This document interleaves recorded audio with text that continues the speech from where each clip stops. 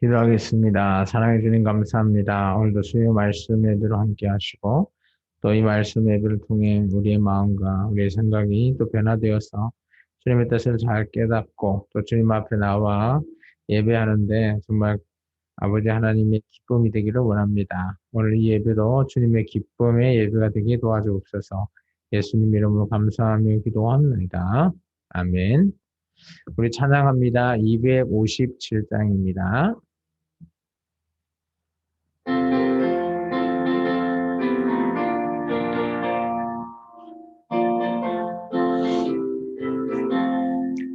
마음에 가득한 의심을 깨치고 지극히와 평안 마음으로 찬송을 부르면 어린 양 예수의 그 피로 속죄함 얻었네.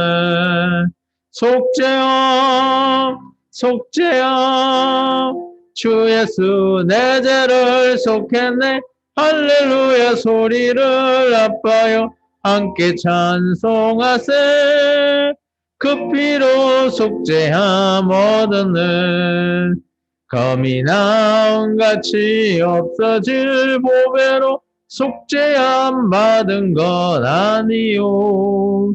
거룩한 하나님 어린 양 예수의 그 피로 속죄함 얻었네. 속죄함 속죄함 주 예수 내 죄를 속했네. 할렐루야 소리를 아파요 함께 찬송하세. 그 피로 속죄함 얻었네. 나 같은 죄인이 용서함 받아서 주 앞에 옳다함 얻음을 확실히 믿기는 어린 양 예수의 그 피로 속죄함 얻었네. 속죄함 속죄함 주 예수 내 죄를 속했네. 할렐루야 소리를 아파요 함께 찬송하세. 그 피로 속죄함 얻었네. 거룩한 천국에 올라간 후에도 넘치는 은혜의 찬송을 기쁘게 부르는 어린 양 예수의 그 피로 속죄함 얻었네. 속죄함 속죄함 주 예수 내 죄를 속했네. 할렐루야 소리를 아파요 함께 찬송하세. 그 피로 속죄함 얻었네. 아멘. 오늘 주님 앞에 기쁘게 찬양하는 저와 여러분 되기를 축원합니다. 우리 261장 찬송하겠습니다.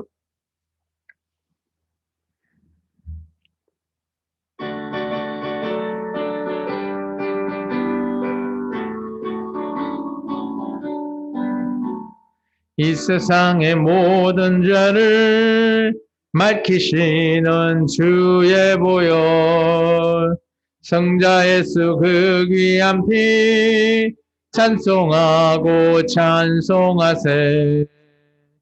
주님 앞을 멀리 떠나 길을 잃고 헤맬 때에 나의 뒤를 따라오사 친히 구원하셨도다.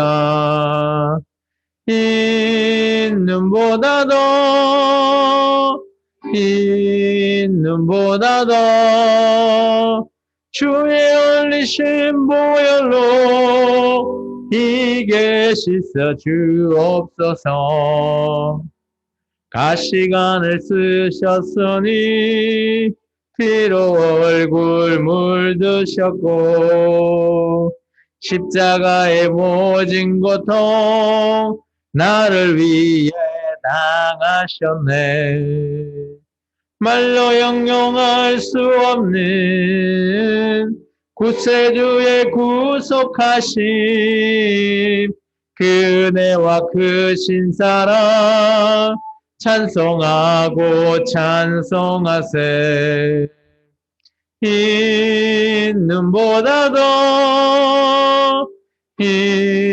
있는보다도 주의 올리신 보혈로 이게 씻어 주옵소서. 아버지를 멀리 떠나 바른 길을 저버리고 여러 가지 죄악으로 주홍같이 되었으니 물 같은 것 가지고는 씻을 수가 아주 없네. 주 여기야 몸의 피로 날 정결케 하옵소서.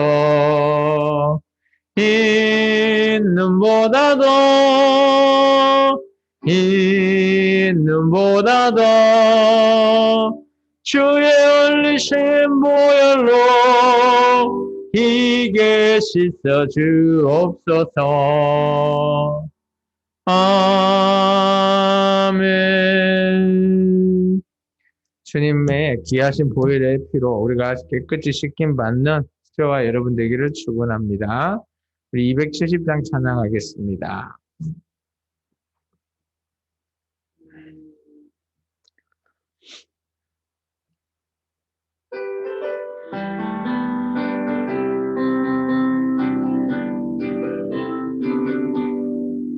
현찮은 주님의 사랑과 거룩한 보혈의 공로를 우리 다 찬양을 합시다. 주님을 만나볼 때까지 예수는 우리를 깨끗게 하시는 주시니 그의 피 우리를 눈보다 더 이게 하셨네. 우리를 깨끗게 한 피는 무궁한 생명의 물일세. 생명의 구원을 받은 자 하나님 찬양을 합시다. 예수는 우리를 깨끗게 하시는 주시니 그의 피 우리를 눈보다 더 이게 하셨네.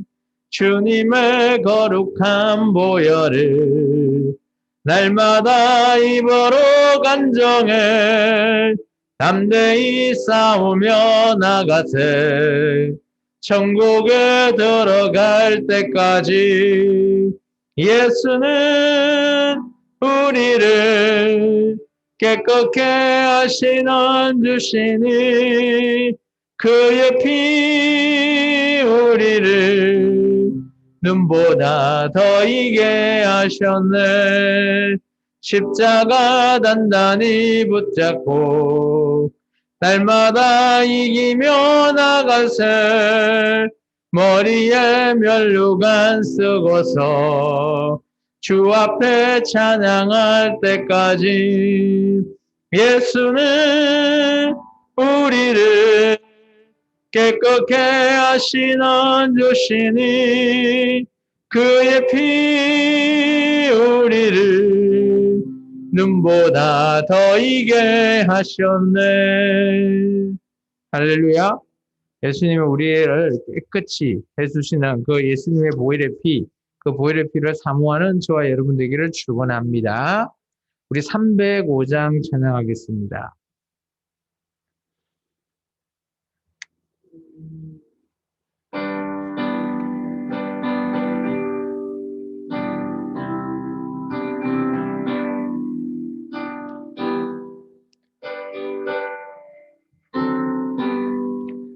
나 같은 죄인 살리신 주의 내 놀라운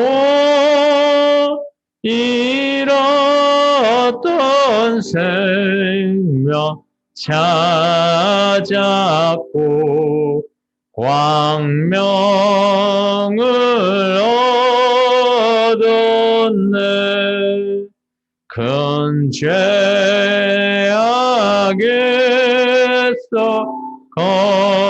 건지신 주의 고마워 너 처음 믿은 그 시간 귀하고 귀하다 이제껏 내가 산 것도 주님의 은혜라 또 나를 장차 본향에 인도해 주시리 거기서 우리 영원히 주님의 은혜로 해처럼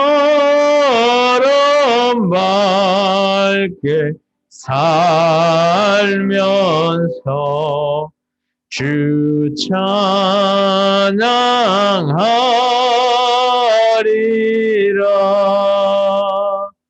아멘.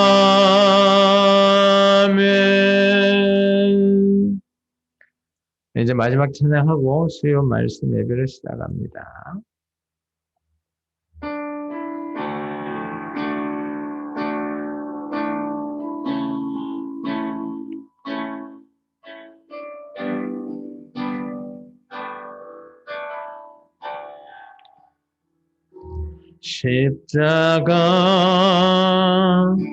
십자가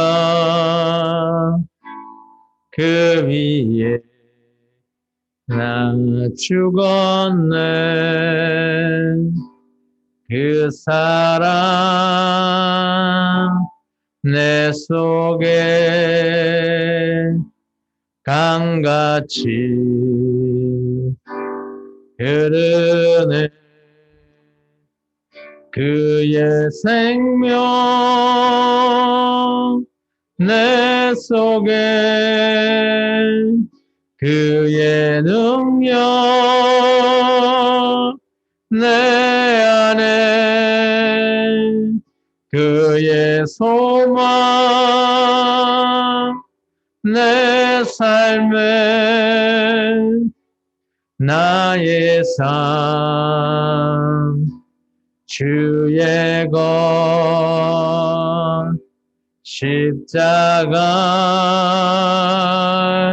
십자가 그 위에 나 죽었네 그 사랑 내 속에 강같이 흐르네 그의 생명 내 속에 그의 능력 내 안에 그의 소망 내 삶에 나의 삶 주의 것 십자가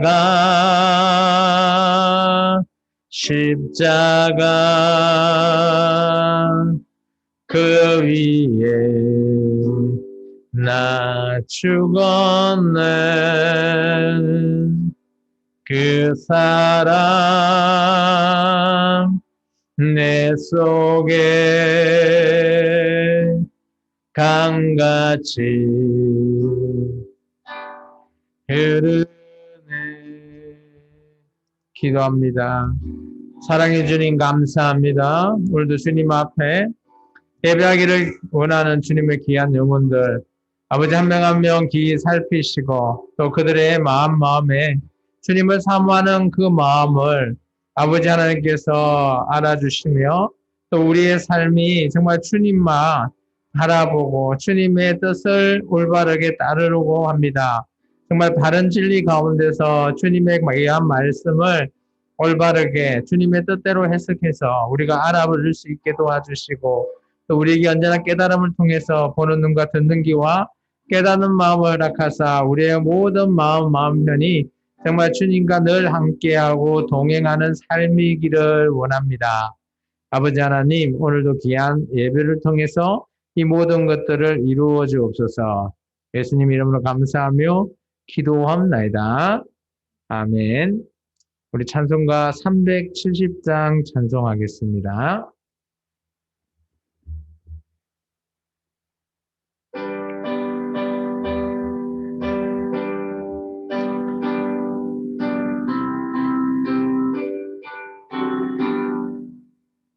주 안에 있는 나에게 땅 근심이 있으랴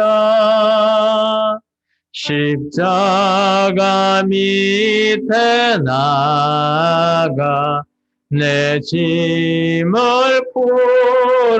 풀었네 주님을 찬송하면서 할렐루야 할렐루야 내 앞길 멀고 험해도 나 주님만 따라가리 그 두려움이 변하여 내 기도 되었고 전날의 한숨 변하여 내 노래 되었네 주님을 찬송하면서 할렐루야 할렐루야 내 앞길 멀고 험해도 나 주님만 따라가리 내 주는 자비하셔서 늘 함께 계시고 내 궁핍함을 아시고 늘 채워주시네 주님을 찬송하면서 할렐루야 할렐루야 내 앞길 멀고 험해도 나 주님만 따라가리 내 주와 맺은 언약은 영불변하시니 그 나라 가기까지는 늘 보호하시는 주님을 찬송하면서 할렐루야 할렐루야 내 앞길 멀고 험해도 나 주님만 따라가리 아멘. 다시 자리에서 일어나서 사도신경 하심으로 우리의 신앙을 고백하는 시간을 갖습니다. 나는 전능하신 아버지 하나님 천지의 창조주를 믿습니다. 나는 그의 유일하신 아들 우리 주 예수 그리스도를 믿습니다. 그는 성령으로 잉태되어 동정녀 마리아에게서 나시고 본디오 빌라도에게 고난을 받아 십자가에 못 박혀 죽으시고 장사된 지 사흘 만에 죽은 자 가운데서 다시 살아나셨으며 하늘에 오르시어 전능하신 아버지 하나님 우편에 앉아 계시다가 거기로부터 살아있는 자와 죽은 자를 심판하러 오십니다. 나는 성령을 믿으며 거룩한 공교회와 성도의 교제와 죄를 용서받는 것과 몸의 부활과 영생을 믿습니다. 아멘. 하나님의 말씀은 요한복음 18장 1절에서 11절의 말씀입니다.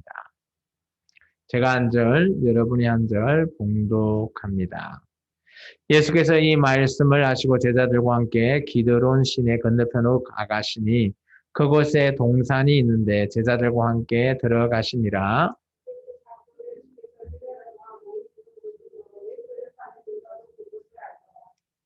유다가 군대와 대제사장들과 바리새인들에게서 얻은 아랫사람들을 데리고 등과 횃불과 무기를 가지고 그리로 오는지라.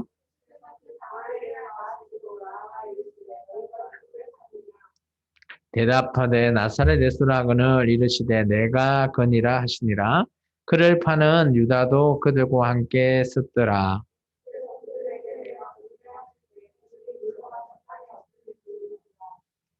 이에 다시 누구를 찾느냐고 물으신대 그들이 말하되 나사렛 예수라 하거늘.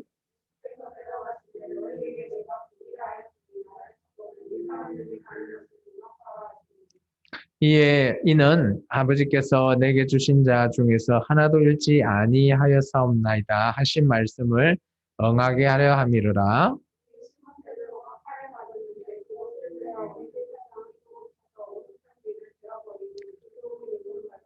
같이 읽습니다. 예수께서 베드로더러 이르시되 칼을 칼집에 꽂으라. 아버지께서 주신 잔을 내가 마시지 아니하겠느냐 하시니라. 아멘. 기도합니다. 자리에 앉아주시기 바랍니다. 주님 감사합니다. 오늘도 귀한 말씀으로 또 우리가 함께합니다. 이 말씀의 귀한 뜻을 또 우리가 깨닫고 주님의 뜻을 올바르게 이해하며 귀한 진리 가운데 우리가 따라갈 수 있는 주님의 제자들이 다르게 역사하여 주옵소서. 예수님 이름으로 감사하며 기도합니다. 아멘. 할렐루야. 우리 앞사람, 옆사람, 뒷사람과 인사합니다. 주님 이름으로 사랑하고 축복합니다. 네, 반갑습니다. 이전에 요한복음 17장까지는 예수님께서 제자들에게 그리고 앞으로 있을 교회에게 기도를 하시는 그 장면을 우리가 지난주에 봤습니다.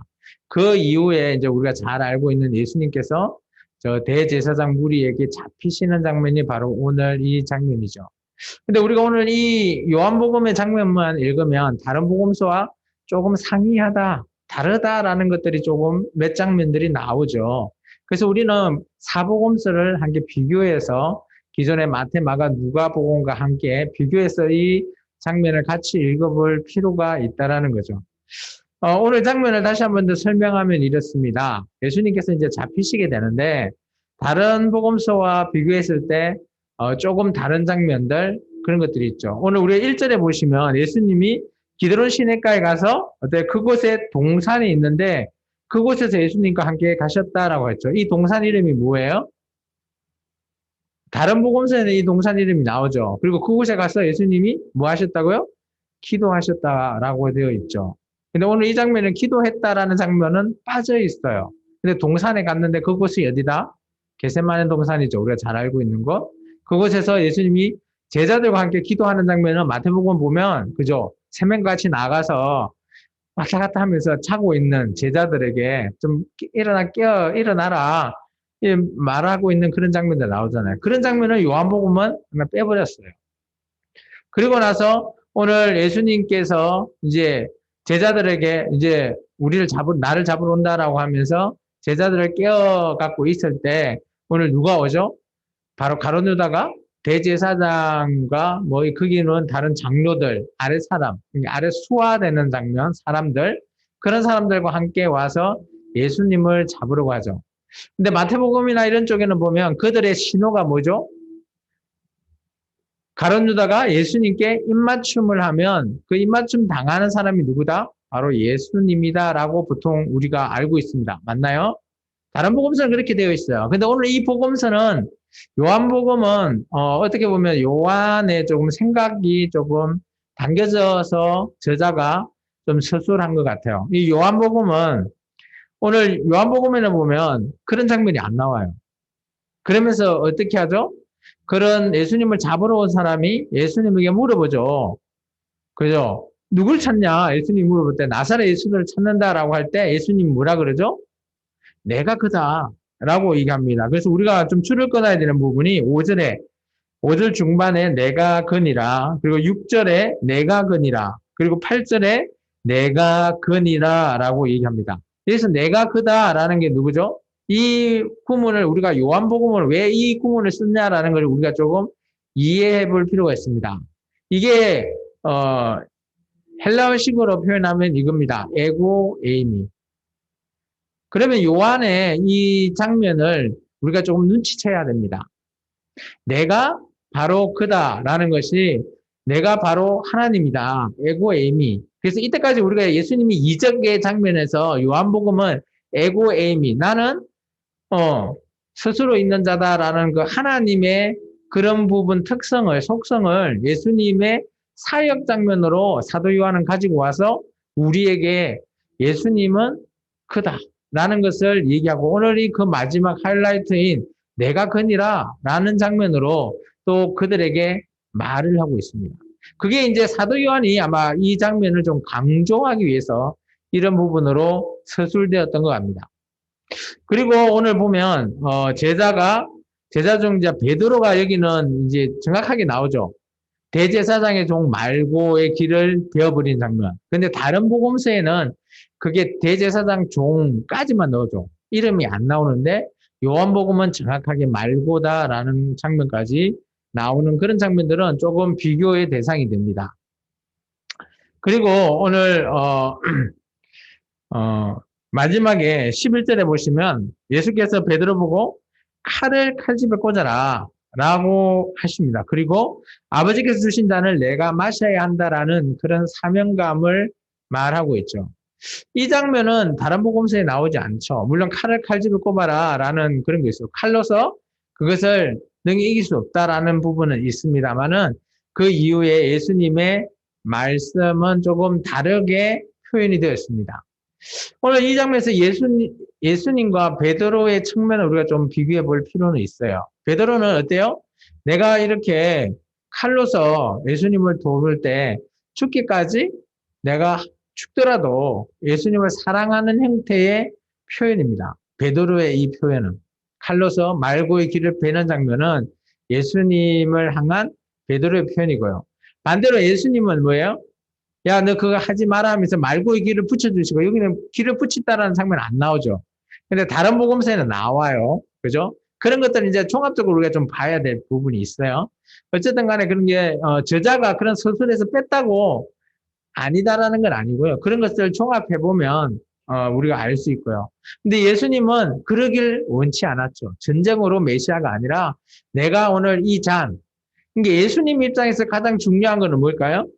아버지께서 주신 잔이 중요한 거고요. 베드로 입장에서는 뭐예요?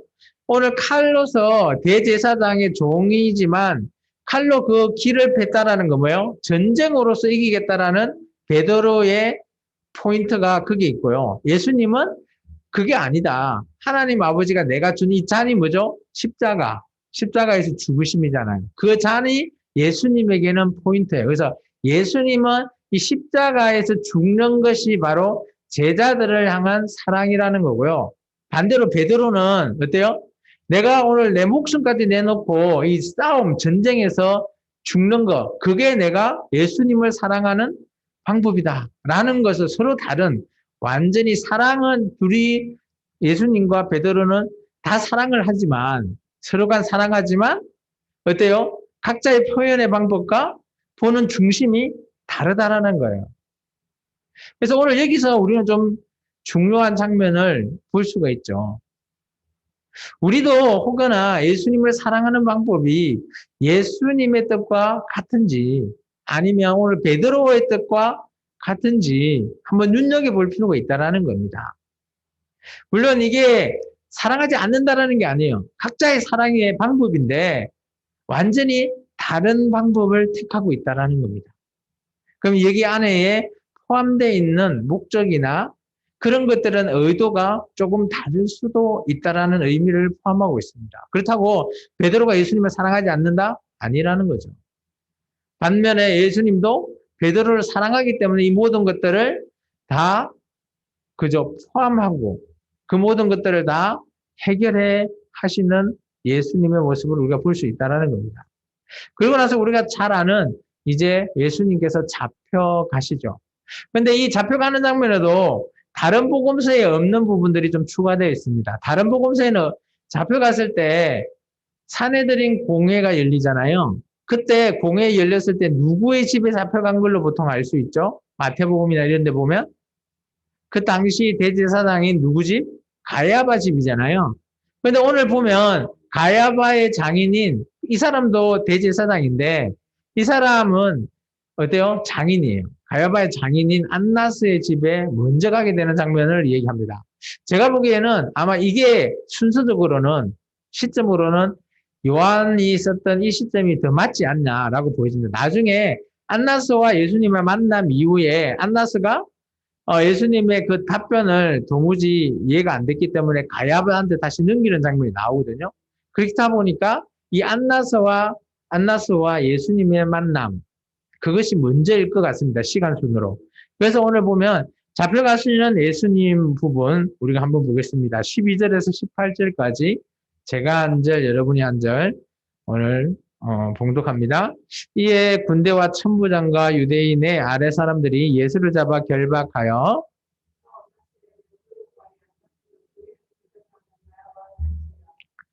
가야바는 유대인들에게 한 사람이 백성을 위하여 죽은 것이 유익하다고 권고하던 자르라.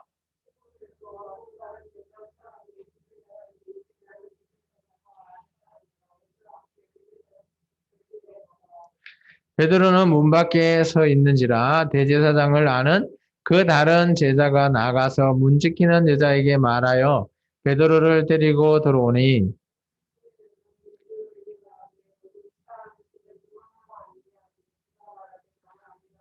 같이 읽습니다. 그때가 추운 거로 종과 아래 사람들이 불을 피우고 서서 쬐니 베드로도 함께 서서 쬐더라.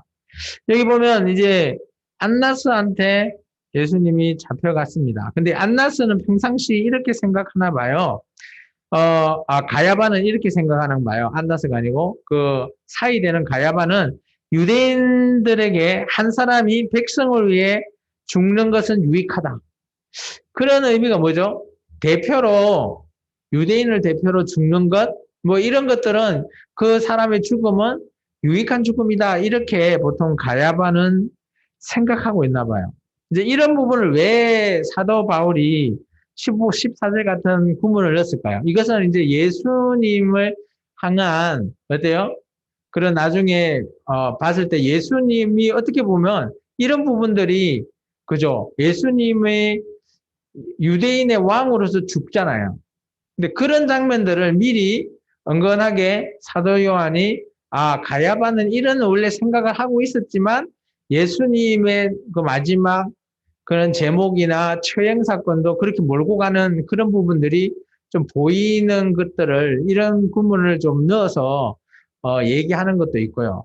그래서 오늘 보면 대제사장 안나스와 먼저 만나는 장면은 아까 제가 얘기했지만 다른 복음서에는 나오지 않습니다. 요한복음에만 나오고 있고요. 그리고 나서 잡히신 예수님과 함께 제자 베드로와 여기 보면 15절에 보면 또 다른 제자 한 사람이 나오죠. 근데 이 사람이 어떤 사람이다? 대제사장과 아는 사람이라고 하죠. 그 사람이 누군가 하면 바로 오늘 이 저자인 사도 요한입니다. 그렇다면 평상시 우리가 기존에 사도 요한과 베드로 같은 경우는 어때요? 어부였잖아요. 그런데 왜 사도 요한이 이 대제사장 집에 이 사람들을 알까요? 우리가 그걸 이제 좀 눈여겨봐야 되죠. 그건 아마 저는 이렇게 생각합니다. 사도 요한과 베드로 같은 경우는 우리가 조금 보면 사도 요한의 집은 어떻게 보면 납품하는 수산물을 납품하는 대제사장 집에 납품하는 그런 그 기업 그런 형태로 집으로 보면 됩니다. 그렇기 때문에 사도 요한이 어때요? 대제사장 집에 이전에 예수를 따르기 전에 납품을 했을 겁니다. 그렇기 때문에 그 대제사장 집에 있는 종들이나 다른 사람들과 안면이 있다라는 거죠. 그에 반해서 베드로는 어때요? 알까요? 모를까요? 베드로는 몰라요. 왜냐? 베드로는 그냥 단순히 그죠? 배를 빌려서 그날 고기를 잡아서 어때요? 요한의 집에 납품을 하죠. 그리고 나서 그 고기 잡은 만큼 돈을 받아서 생활을 이어가는 그런 어부였고요. 그에 반해서 사도 요한의 집은 어때요? 그런 모든 물고기를 다 이렇게 모아서 어때요? 이제 큰 이런 대제사장 집이나 뭐 좀 부자인 집에 물고기를 납품했을 거라고요. 이제 그런 쪽에 보통 사도 요한이 많이 다니지 않았나라고 보여집니다. 그렇기 때문에 오늘 이 대제사장과 아는 사람이라고 하는 이 제자는 바로 사도 요한으로 우리가 여기지죠. 그래서 오늘 여기 보면 이제 베드로의 시점을 보는데 베드로가 어때요? 밖에 서서 있을 때 그때 한참 추웠나 봐요. 근데 밖에서 있는데 어떤 계집 문을 지키는 여자가 얘기하죠. 베드로에게 너도 저 예수님과 같은 예수와 같은 제자 중에 한 명 아니냐라고 했을 때 우리가 잘 알고 있는 부인을 하죠. 난 아니다. 라고 하면서 오늘 우리 그 18절에 보면 그때 추워서 어때요? 불을 쬐고 있는데 그때 또 조용히 가서 누가 쬐다? 베드로도 쨘다. 이런 표현들은 저는 참 사도 요한이 뭐라고 하죠? 글을 참 좀 잘 쓰는지 않나라는 표현들도 좀 보여집니다. 물론 뭐 우리가 글을 쓸 때 그냥 직설적으로 있으면 그대로 쓸 수가 있지만 일단 사도 요한은 이런 형태로 조금 부드럽게 글을 좀 쓰고 그 당시 베드로가 부인은 했지만 예수님을 부인했지만 그래도 이 베드로를 부인했다고 잘못했다 이런 의미로 쓰여지지는 않는 걸로 보여져요. 그래서 보면 어, 베드로가 이게 부인했을 때 장면들을 보면 마태나 다른 누가 그리고 요한 같은 경우는 베드로의 부인 장면은 그냥 간단하게 짚고 넘어갑니다. 그에 반해서 베드로가 원래 원작인 마가복음 같은 경우를 한번 살펴봐 보시면 자신이 부인하고 그에 대한 내용들을 자기가 왜 잘못했는지 그런 내용들을 좀 자세하게 기록되어 있는 게 마가복음이에요. 그는 베드로 자신의 고백이 담겨져 있는 그런 부분이 있거든요. 그래서 이런 것들은 좀 우리가 다른 복음서와 비교해 볼 필요 있다라는 것들이 보여집니다. 그리고 나서 오늘 이제 안나스 집에 왔으니까 안나스와 예수님의 만남, 질문을 하게 됩니다. 그 장면이 이제 19절부터거든요. 우리 19절부터 27절까지 내용을 한번 읽어보고 계속해서 살펴보겠습니다. 대제사장이 예수에게 그의 제자들과 그의 교훈에 대하여 물으니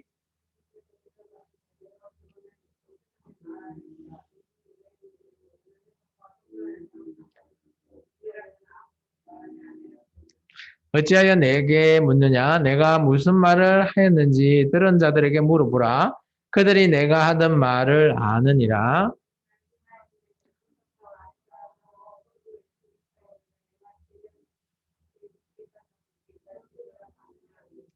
예수께서 대답하시되 내가 말을 잘못하였으면 그 잘못한 것을 증언하라. 바른 말을 하였으면 내가 어찌하여 나를 치느냐 하시더라.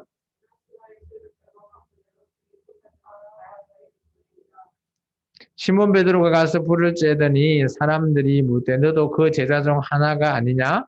베드로가 부인하여 이르되 나는 아니라 하니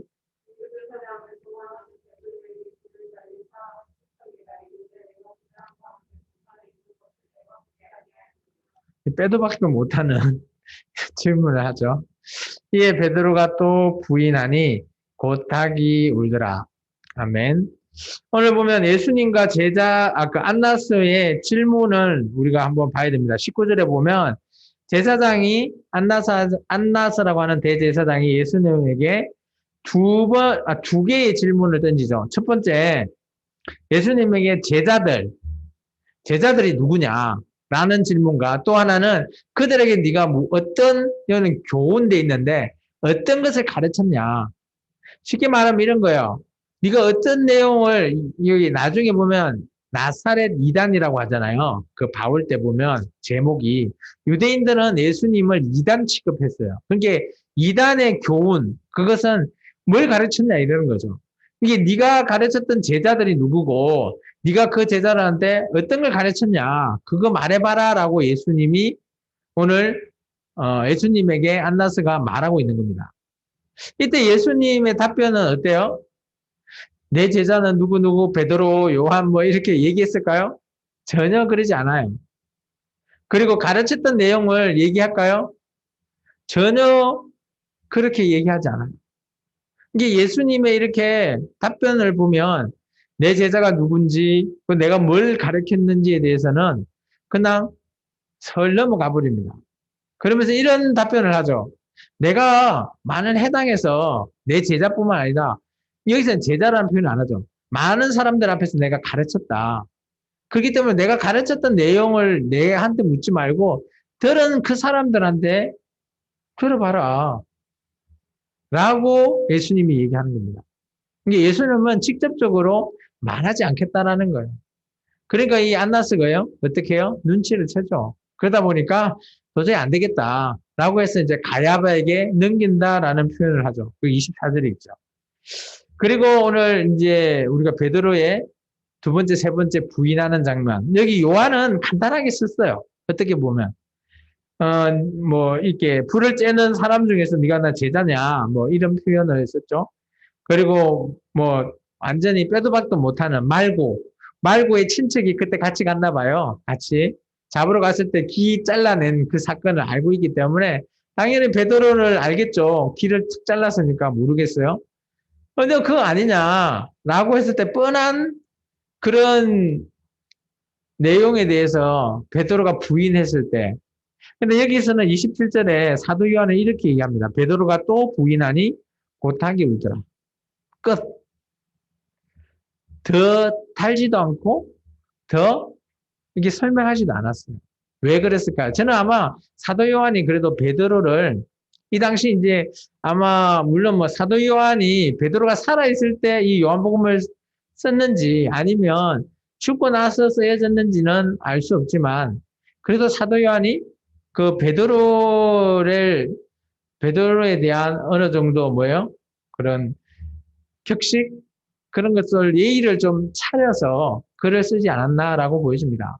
물론 베드로가 세 번 부인을 했지만 우리가 잘 알고 있듯이 물론 부인은 했지만 그것을 회개하고 더 나은 정말 예수님 앞에서 정말 수제자답게 어마어마한 일을 했잖아요. 그렇기 때문에 아마 사도 요한은 이 사건에 대한 팩트는 그대로 쓰긴 했지만 그에 대한 더 다른 말을 쓰진 않았어요.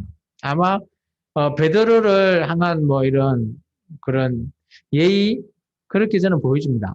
어쨌든 간에 이것은 이제 저자들의 좀 성격으로 쓰여졌고요.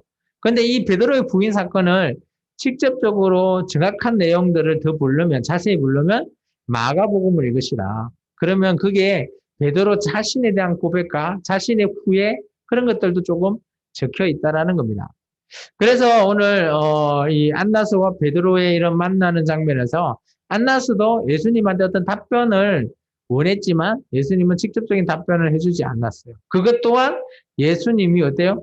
제자들을 보호하고 사랑하시는 그런 것으로 보여집니다.